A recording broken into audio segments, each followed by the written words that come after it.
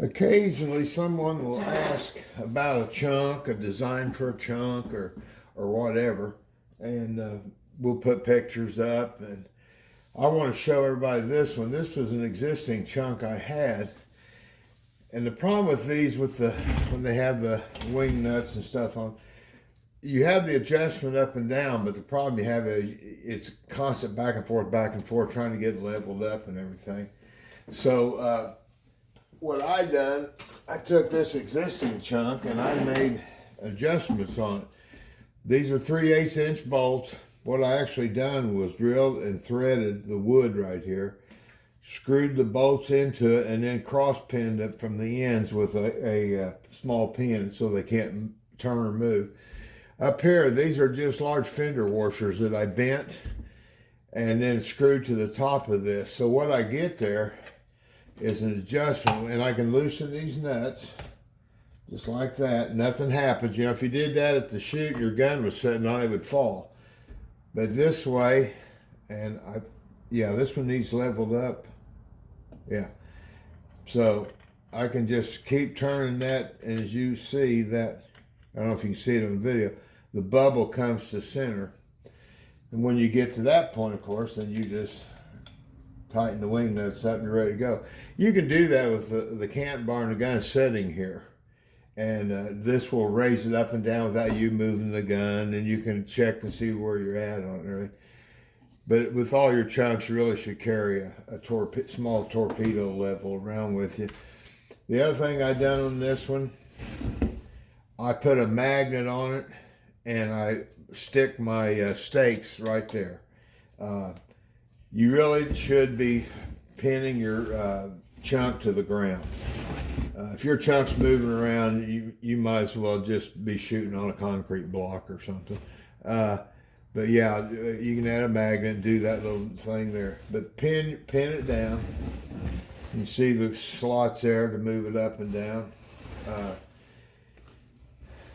I like to put a little slat of wood here. Mainly because when I set my cant bar on it, I'm getting it back in pretty much the same spot every time. And what I'll do is I'll set the cant bar and the gun here, and I'll go back at the butt of the gun and make sure the gun is pointing toward my target downrange. The less moving around you do when you crawl into the gun, the better off you are. These just kind of help as a locator.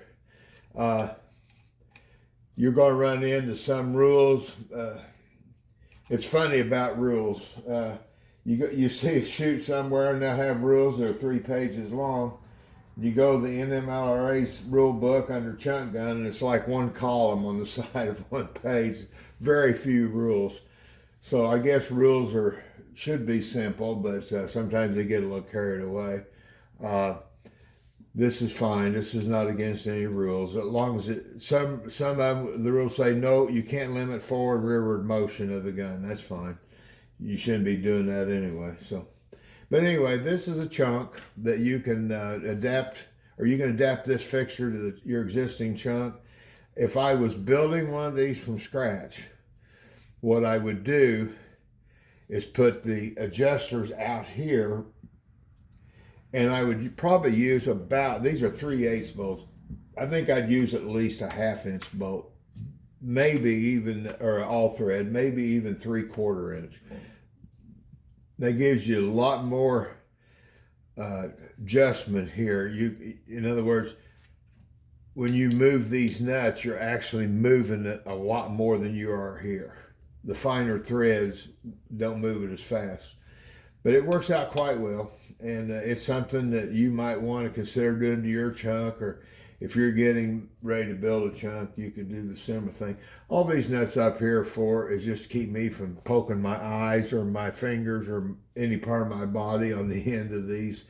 If I ever find some rubber caps or something, I'll buy them or put them on there. But for now, these will work for me. But anyway, that's just a view of a chunk that you might be interested in making for yourself.